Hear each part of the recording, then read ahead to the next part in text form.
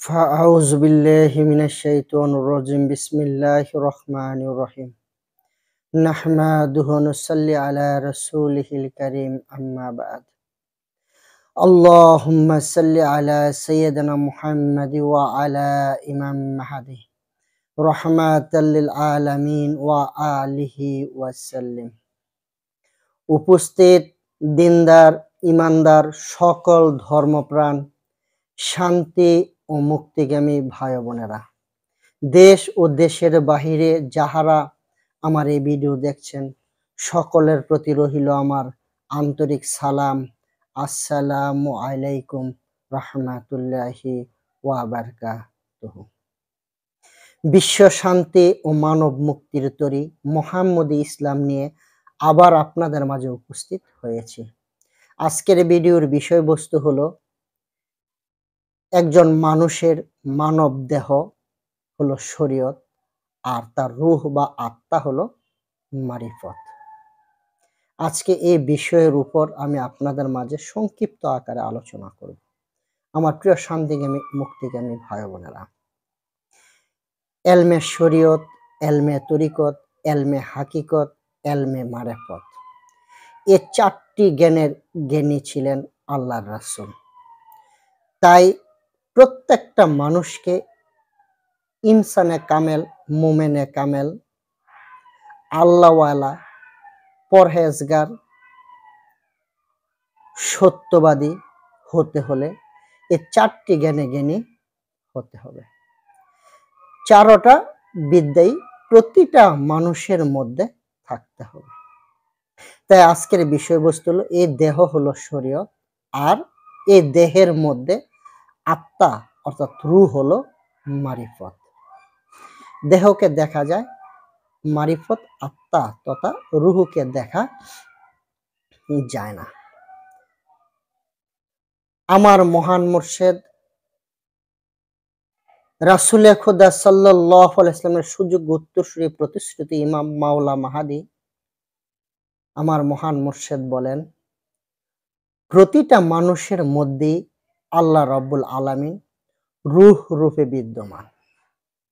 প্রত্যেকটা মানুষের মধ্যে আল্লাহ রূহ রূপে রহিয়াছেন। আমি এই ছোট্ট একটা ছন্দের মাধ্যমে বোঝানোর জন্য চেষ্টা করি। আল্লাহ আল্লাহ বলো যারে, দেখছো নি মন খুঁজে তারে। আল্লাহ আল্লাহ বলো যারে, দেখছো নি মন খুঁজে তারে। যে ভিতরে থাকলে পরে, যে ভিতরে থাকলে পরে সবাই মিলে আদর করে। আল্লাহ আল্লাহ বলো যারে, দেখছো নি মন খুঁজে তারে। আসলে এই দেহ মাঝেই আল্লাহ বিরাজমান। আমরা কি দেখেছি? সে চেষ্টা আমাদের মধ্যে নাই। আসুন আমি একটি উদাহরণের মাধ্যমে আপনাদেরকে বোঝানোর চেষ্টা করি। যেমন দুধ আর মাখন। আমরা কি মাখনকে অস্বীকার করতে পারবো? জগতে মাখন শব্দ বলে আছে না? কোথা থেকে তৈরি হয়? দুধ থেকে। কিন্তু দুধের মধ্যে কিন্তু মাখন দেখা যায় না। তাই বলে কি আমি আপনি মাখনকে অস্বীকার করার কোনো সাধ্য আছে? আমার প্রিয় শান্তিকামী মুক্তিকামী ভাই বোনেরা, দুধ হলো শরীয়ত। দুধের মধ্যে যেমন মাখন বিদ্যমান। যিনি দুধ থেকে মাখন তৈরি করতে পারেন এমন একজন ব্যক্তির সান্নিধ্যে গিয়ে যিনি দুধ থেকে মাখন তৈরি করেন, অর্থাৎ এই দুধের মধ্যেই মাখন আছে। একজন তৈরিকারী ব্যক্তি যিনি দুধকে খনন করতে করতে করতে করতে করতে করতে করতে করতে একটা সময়ে বের হবে ঘি, ঘি থেকে মাখন। আমার প্রিয় শান্তিকামী মুক্তিকামী ভাই বোনেরা, কিন্তু দুধে কিন্তু মাখন দেখা যায় না। তাই বলে কিন্তু আমরা মাখনকে অস্বীকার করার কোনো যুক্তিকতা আমাদের মধ্যে নাই। আমার প্রিয় শান্তিকামী মুক্তিকামী ভাই বোনেরা, আসুন, দুধের মধ্যে যেমন মাখন মিশে আছে, একজন ব্যক্তি যিনি দুধ থেকে মাখন তৈরি করতে পারেন, এমন একজন ব্যক্তির প্রয়োজন। আমার প্রিয় শান্তিকামী মুক্তিকামী ভাই বোনেরা, আমাদের এই দেহের মাঝেও আল্লাহ বিদ্যমান। যেমন আমার মহান মুর্শিদ বলেন, প্রতিটা মানুষের মধ্যেই আল্লাহ রাব্বুল আলামিন রূহ বা আত্মা রূপে বিরাজমান। এখন একজন আত্মার ডাক্তারের কাছে গেলে, যিনি আত্মার বিজ্ঞানী, এমন একজন ব্যক্তির সান্নিধ্যে গেলে এই দেহ মাঝে মোরাকাবা, মুশাহেদা, ইবাদত বন্দিগির মাধ্যমে এই দেহের মাঝে প্রেমের ঘরে, ভাবের ঘরে আল্লাহ রাব্বুল আলামিনের দিদার লাভ করিতে হয়। তিনি শিক্ষা দিয়ে থাকেন।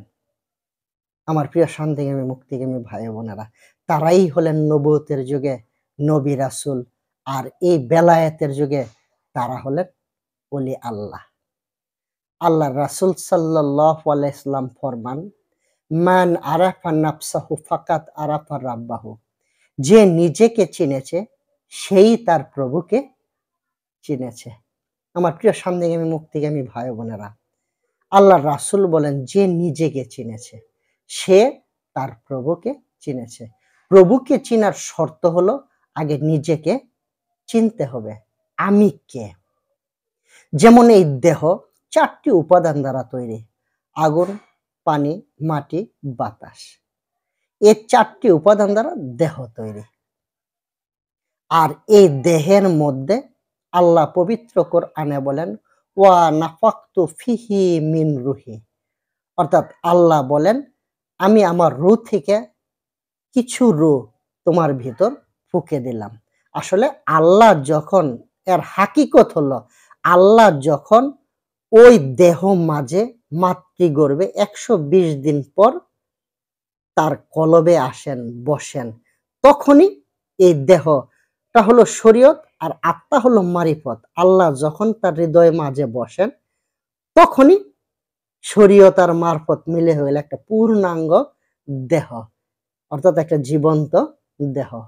আল্লাহ রাব্বুল আলামিন যতক্ষণ আমার আপনার ভিতরে আছেন, ততক্ষণই এই দেহের চালিকা শক্তি হিসেবে কাজ করেন। এই যে আমি বলেছি, আল্লাহ আল্লাহ বলো যারে, দেখছনি মন খুঁজে তারে। যে ভিতরে থাকলে পরে সবাই মিলে আদর করে। যতক্ষণ পর্যন্ত আমার রূহ, আমার আত্মা তথা হাকিকতে আল্লাহ আমার ভিতরে আছেন, থাকেন, ততক্ষণই আমার আদর আছে, কদর আছে, আমার কর্মকাণ্ড আছে, সমস্ত সবকিছু আছে। যখন আল্লাহ চলে যাবেন, আমি হয়ে যাব মৃত, অর্থাৎ এই নফস হয়ে যাবে মৃত।